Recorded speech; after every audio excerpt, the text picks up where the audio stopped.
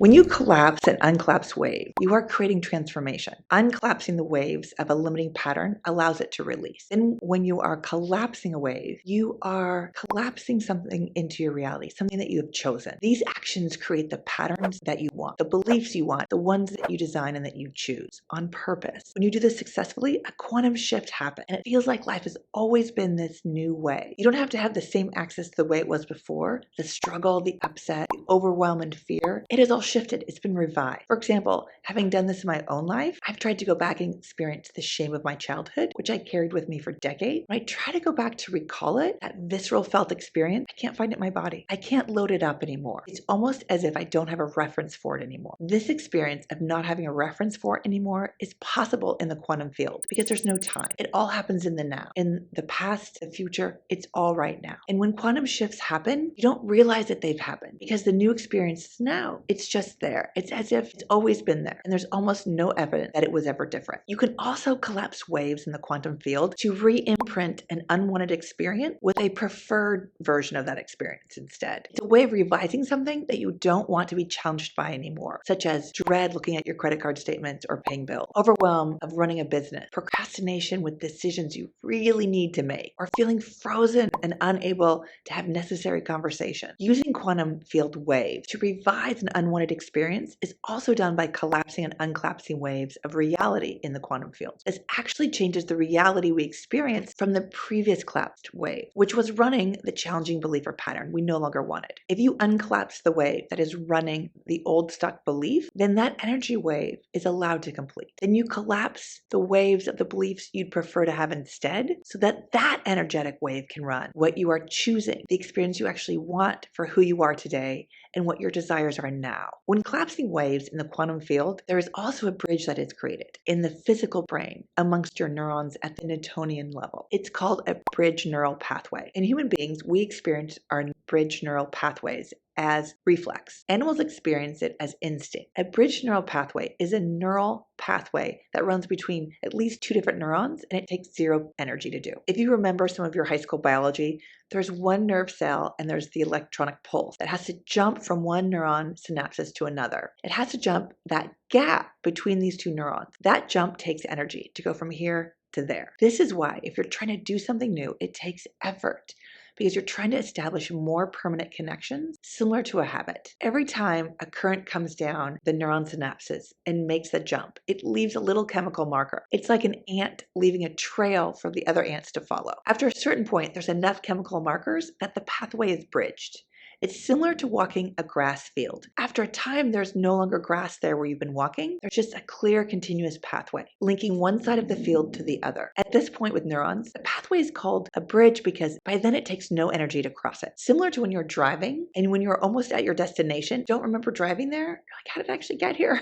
Meaning it didn't take any effort. It was almost on autopilot. When this happens, there has been many neural nets that have bridged to create that ease. It now happens automatically. Interesting enough, humans have the fewest bridge neural pathways of any species. We are designed to create most of our bridge neural pathways in response to the environment we come in contact with, which makes us, as humans, incredibly adaptable. This is very good news. The downside is that all this happens in the first 3 to 6 years of our life. It would be very useful if when we turned 18 and left the house, we could get a chance to revise those bridge neural pathways. We could get a chance to update them. Yet the human brain is not designed to update itself. Unlike your phone, your brain is not designed to update itself. It is designed to stabilize. Your consciousness is designed to expand and expand and expand. Your brain is designed to stabilize. So at about 6 years old, most of the big decisions about how the world works, who you are, what you deserve, are all in place. It's done. The foundation is mostly laid by 6. And our brains are not designed to spontaneously update. Now, in today's time, we actually know more about how our brains work, how change happens at the neurological level, and how to update our internal system. To do this, you have to access the parts of the brain that were developing when the original patterns got laid down. This is one of the reasons why traditional therapy produces very limited results, because mostly people are talking about their experience of their childhood, but they're talking about it from their adult brain, from their adult sense. I'm not even talking about inner child work. I'm talking about actually accessing accessing parts of your brain that were developing at that young age. This is also why you can have insights and experience shifts in your adult part of your brain, yet have things not change. Our limiting beliefs start out as association. They start out as pure association. And so they can start in the womb. You could be hanging out in the womb and there's no cognition, there's just experience. Again, there's no cognition or thought, but there's experience. So if somebody's floating around in there, amniotic sea, and either one or both parents is feeling stressed, there's no thought about it, but the child feels that stress. They feel it, they experience it. And now